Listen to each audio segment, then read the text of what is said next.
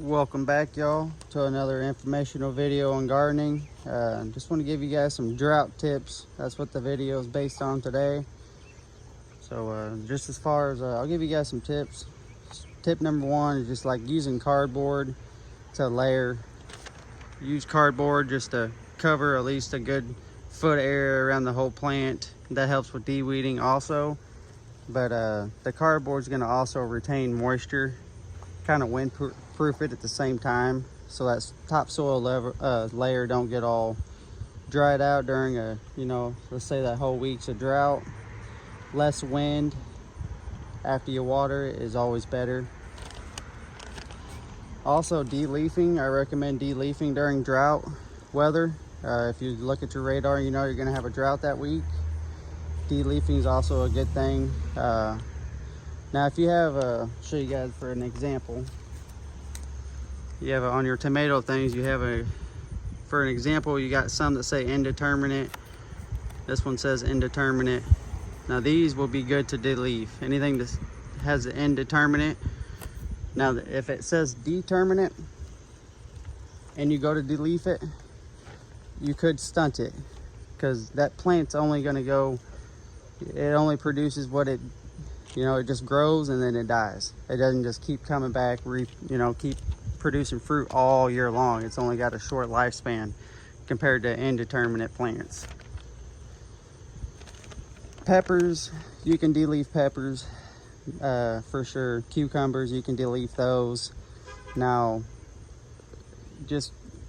I usually go for the yellow ones. Just get all them yellow dead ones off first. If it's really drought and that's making a difference, take a couple of them big leaves off, guys. It ain't gonna hurt the plants. It's only gonna not make it need as much water during that week of drought. And then I would say tip number 3 would be watering in the evening. Just gives it an extra day of moisture.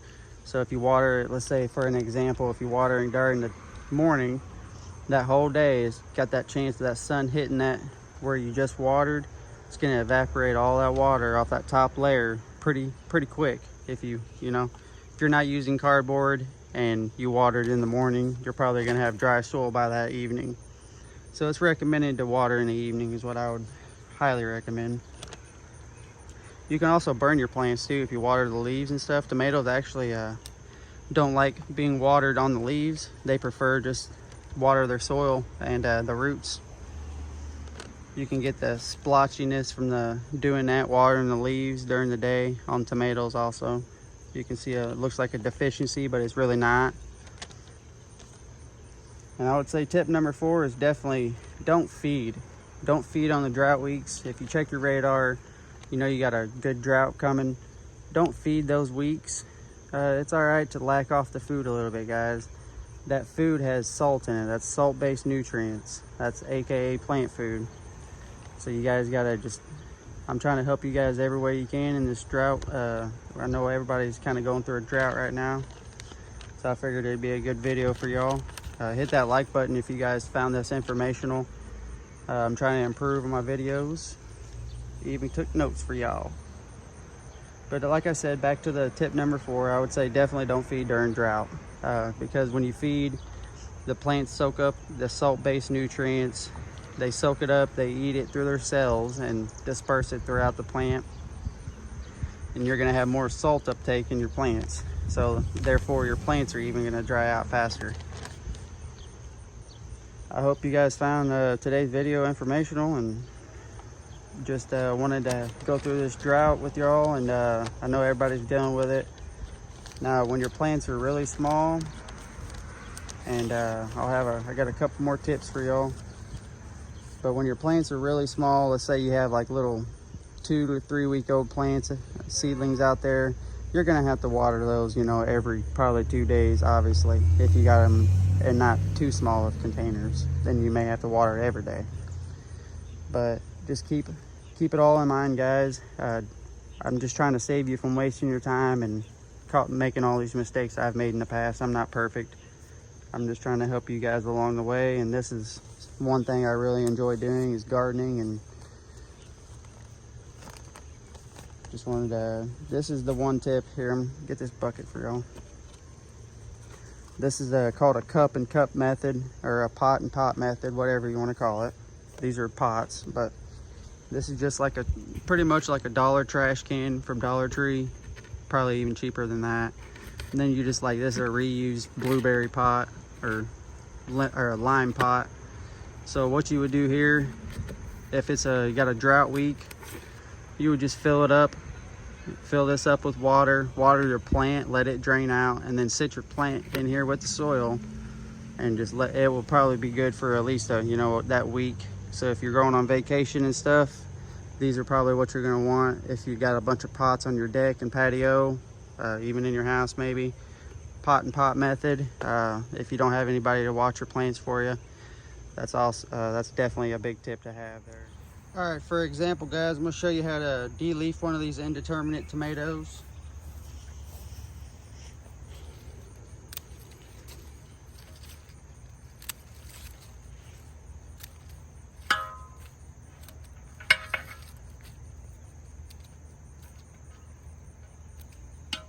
Just work your way. I start at the bottom, work my way up, and I'll show you guys where I stop. Anything to look for, I'll let you know. These little things right here, see if you guys can see it. That little leaf right here, I know you can see it on there. That's your sucker leaves. Pinch them things off, you'll have more fruit production, guys. Those are gonna take up your plant's energies. It's just gonna, use it on little bitty stuff like that. You don't want it. No good. I'm gonna even go, since it's been a little dry, this is what I'm talking about, guys. Just cutting the leaves off, that right there. That, you wouldn't believe how much water one of them will hold. That's what makes the plant stand up. I mean, if it didn't have water, it wouldn't be standing up. I mean, I'll even cut them off down the bottom. It wouldn't have been much, but that. Go through here, see if there's any weeds while I'm at it. And then just a couple small ones down here. Get off of there. And I'll strip them pretty good. I mean, they're nowhere near the size they're gonna be. I gotta put some kind of trellis up for this one.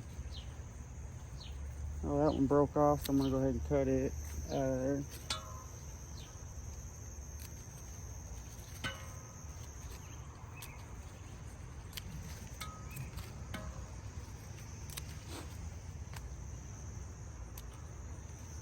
Go ahead and cut some of these big ones off up here.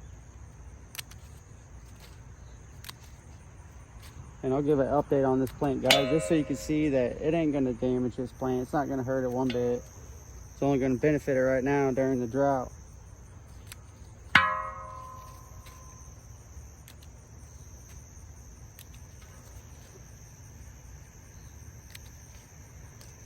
Get a couple of them suckers off.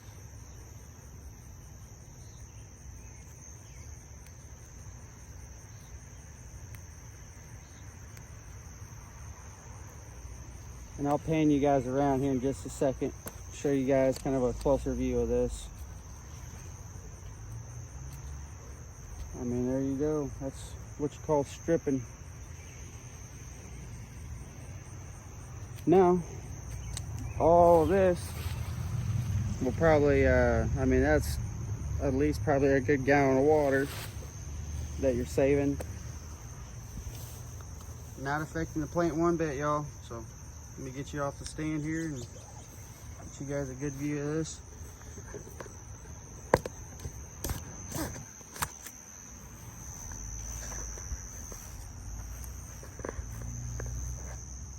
I mean, I'm talking, I stripped pretty much all of it off of there. Get this one out of here. I got mulch layered here to retain that moisture instead of cardboard. In my bigger gardens, I lay cardboard down, retain the moisture. Keep that in mind, y'all. Well, with this thought in mind, y'all, like the video if you found this informational. Hope y'all enjoyed this video. I put a lot of effort in it. Moving forward with this channel, guys, I want to give you guys quality content and nothing just kind of pick up and go. I want to edit all the videos and stuff and put my time in it and effort, and maybe it'll show.